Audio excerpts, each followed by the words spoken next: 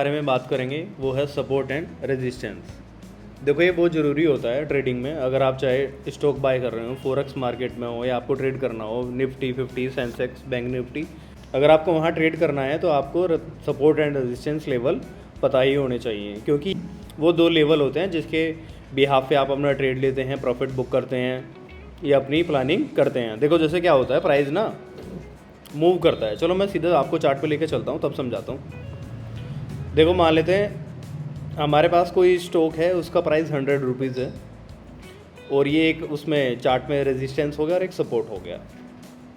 देखो क्या करता है, वो प्राइस जो है वो यहाँ पे मान लेते हैं 100 है, वो डाउन गया नीचे 80 पे गया, यहाँ से जो है बायर ने उसको पुश किया, दोबारा 100 पे गया, फिर जो है सेलर ने इसको ड्रॉप किया, फिर वो सपोर्ट लेवल पे आके 80 पे आया।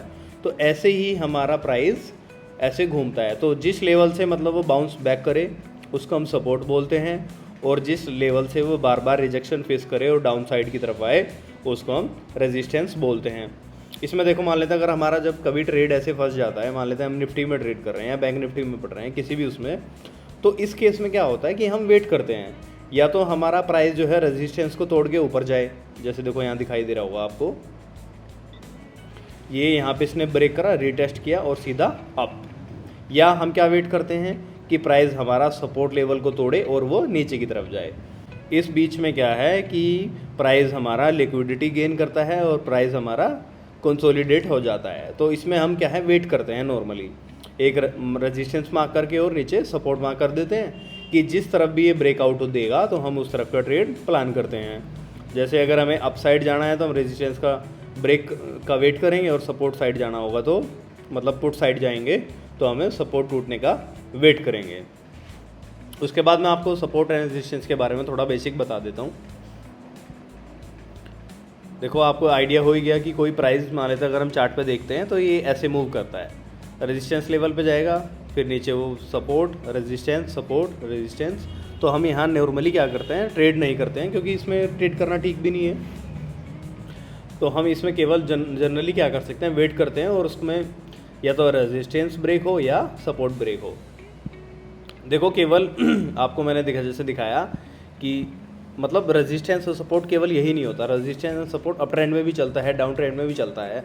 जैसे इसमें देखते हैं हम ये मान लेते हैं, हम एक अप ट्रेंड का एग्जांपल ले लेते हैं। तो इसमें देखो सपोर्ट एंड रेजिस्टेंस ऐसे काम करता है, ये प्राइस आपका गया, resistance level support resistance support resistance support. तो ज़रूरी नहीं है कि हमारा प्राइस हमेशा चार्ट पे या ट्रेडिंग में ऐसे ही मूव हो या एक सीधी लाइन के बीच में कंसोलिडेट करे, ऐसा नहीं होगा। उसके बाद हम देखो मूविंग एवरेज और ट्रेंड लाइन। देखो ट्रेंड लाइन और मूविंग एवरेज भी काफ़ी इंपॉर्टेंट होता है। मूविंग एवरेज होता है एक इंडिकेटर होता है, तो कभी कभी प्राइस क्या है मूविंग एवरेज पे सपोर्ट लेके बार बार अप की साइड जाता है, और जब हमारा अप ट्रेंड होगा, और रेजिस्टेंस लेगा कब, जब हमारा डाउन ट्रेंड होगा।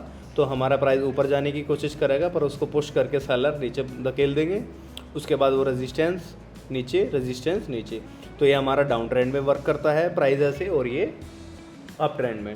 ट्रेंड लाइन हम ड्रॉ करते हैं ट्रेंड को पकड़ने के लिए, जब अप ट्रेंड हो तो हमें एक ट्रेंड लाइन ड्रॉ करनी होती है, और डाउन ट्रेंड में भी एक ट्रेंड लाइन पे हमें काम करना होता है।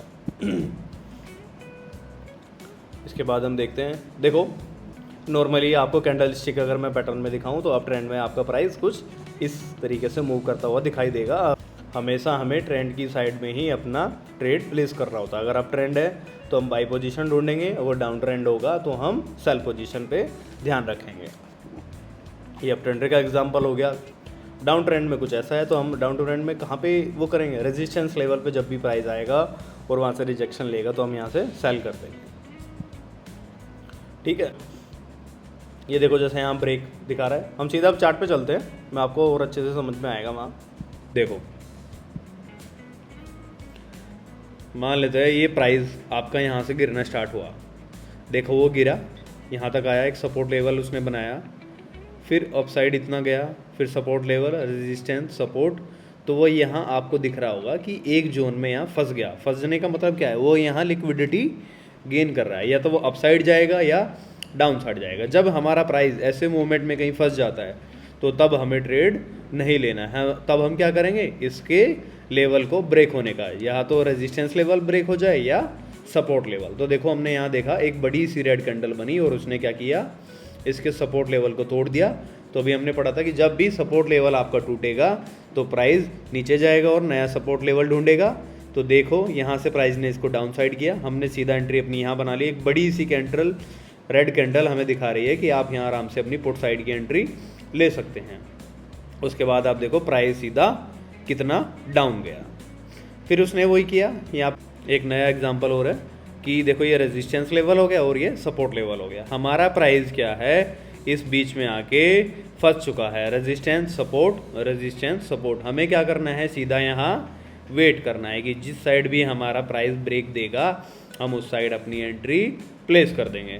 तो देखो हमें यहाँ ब्रेकआउट मिला, तो हम यहाँ अगर एंट्री ले लेते तो देखो कितना बड़ा मूव हम यहाँ कैप्चर कर सकते थे। मैं आपको लगा के दिखाता हूँ।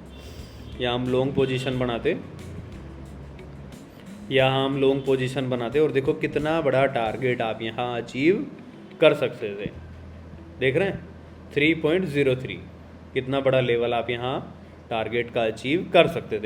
उसके बाद क्या है, देखो प्राइस इस मूवमेंट में मूव कर रहा है। मैंने क्या कहा था कि ज़रूरी नहीं है कि हमारा सपोर्ट एंड रेजिस्टेंस प्राइस का हमेशा एक सीधी लाइन में ही बने, जैसे यहाँ पे बना या इसमें बना। हमारा सपोर्ट और रेजिस्टेंस लेवल यहाँ अप ट्रेंड में भी बनता है। जब हमारा ये मूव छूट जाए तो हम क्या है, एक यहाँ जोन मार्क कर सकते हैं। उसके बाद क्या होगा, हम इस जोन को ब्रेक होने का वेट करते हैं। जैसे ही ये जोन ब्रेक हुआ तो हम अगर यहाँ एंट्री बनाते तो देखो यहाँ से कितना बड़ा टारगेट हम पुट साइड में ले सकते थे। हम एंट्री अपनी कहाँ बनाते, यहाँ मान लेते हैं ऑलमोस्ट यहाँ लगभग इतना बड़ा टारगेट हम यहाँ अचीव कर सकते थे। 1:1 है, ऑलमोस्ट 1:1.61। चलो उसके बाद क्या है, देखो प्राइस हमारा फिर एक जोन में फंसता है। हमने ये जोन मार्क किया, जैसे ही इस जोन का ब्रेकआउट हुआ तो हमने अपना ट्रेड यहाँ ले लेना था। शॉर्ट पोजीशन करते हैं हम, तो देखो यहाँ कितना बम्पर टारगेट हमें मिलता, ऑलमोस्ट 5.68 का हमारा यहाँ टारगेट बुक हो जाता। तो देखो कितना इंपॉर्टेंट होता है सपोर्ट एंड जोन मार्क करना। आप जो है जब भी अपना कोई ट्रेड प्लान करें तो सबसे पहले प्राइस को लिक्विडेट होने दें, कोई जल्दबाजी ना करें ट्रेड लेने में। वो जब एक जोन में फंसे तो आप उसका जोन को ब्रेक आउट होने का वेट करें, ब्रेक होने के बाद अपनी एंट्री लें। तो देखो आपको कितना अच्छा टारगेट यहाँ मिल सकता था। देखो मैंने और भी जोन मार्क किए हुए हैं, आप इसको देख लो। ये जोन एक अप ट्रेंड का मार्क किया हमने, लेवल बनाया यहाँ एक, यहाँ हम ट्रेंड लाइन भी खींच सकते थे। मैं आपको ट्रेंड लाइन भी बना के दिखाऊंगा नेक्स्ट वीडियो ना, हम ट्रेंड लाइन पे बनाएंगे तो आपको देखो कितना अच्छे से समझ में आएगा। और जोन बनाएंगे तो आपको क्या है, सपोर्ट भी मिल जाता है और एक साथ रेजिस्टेंस लेवल आपके दोनों मार्क हो जाते हैं। तो देखो जैसे ही ये जोन टूटा, कितनी बड़ी रेड कैंडल ने ये तोड़ा। उसके बाद इस कैंडल ने देखो कोशिश करी वापस जाने की, बट इसको रिजेक्शन कितना मिला। उसके बाद देखो हम यहाँ सेल साइड की पोजीशन बनाते तो कितना बड़ा टारगेट हम यहाँ ले सकते थे। देख रहे हैं सेम सिचुएशन, यहाँ हमने एक जोन, हमारा जोन क्रिएट किया, ब्रेकआउट दिया, रिटेस्ट हुआ और कितना बड़ा बम्पर टारगेट शूट अप। तो देखो कितना इंपॉर्टेंट है support and resistance level mark करना। तो आप केवल इसी के बिहाफ पे ट्रेड अपना प्लेस कर सकते हैं। इसके साथ आप क्या करेंगे, MACD इंडिकेटर, आपका चार्ट पैटर्न वो और आपकी कैंडलस्टिक पैटर्न अगर आप मिक्स करेंगे तो मैं बोलता हूँ, आपको शर्त के साथ बता सकता हूँ कि आपकी एक्यूरेसी ट्रेड में और आपका कॉन्फिडेंस 90% होने वाला है। का एक लास्ट एग्जांपल और देखते हैं। देखो हमारा प्राइस यहाँ आगे resistance support, resistance support, resistance support और एक बड़ी सी ग्रीन कैंडल ने हमारे रेजिस्टेंस को ब्रेक कर दिया। उसके बाद अगर हम यहाँ ट्रेड प्लान करते तो देखो हमें कितना बड़ा यहाँ टारगेट अचीव होने वाला था। ये मैंने ऑलरेडी आपके लिए मार्क किया हुआ है। ये आपका रिस्क टू रिवार्ड रेशो देखो 9.5 का आपका यहाँ बम्पर टारगेट आप यहाँ बुक कर सकते थे। मुझे आशा कि आप सभी को ये वीडियो काफ़ी अच्छे से समझ में आई होगी। सपोर्ट एंड रेजिस्टेंस लेवल आपने मार्क करना सीखा होगा, चाहे वो आपका अप ट्रेंड है, डाउन ट्रेंड है, या आपके किसी सीधे जोन में अगर आपका प्राइस फंसता है तो आपको उस टाइम क्या करना है और क्या नहीं। ये वीडियो यूट्यूब पर हमेशा के लिए अवेलेबल है। अगर किसी को एक बार में समझ में ना आए तो वो 2 बार देखे, 3 बार देखे, 4 बार देखे, 5 बार देखे, अपने लर्निंग को स्ट्रॉन्ग करे और अपना ट्रेड प्लान करे। Okay, thank you.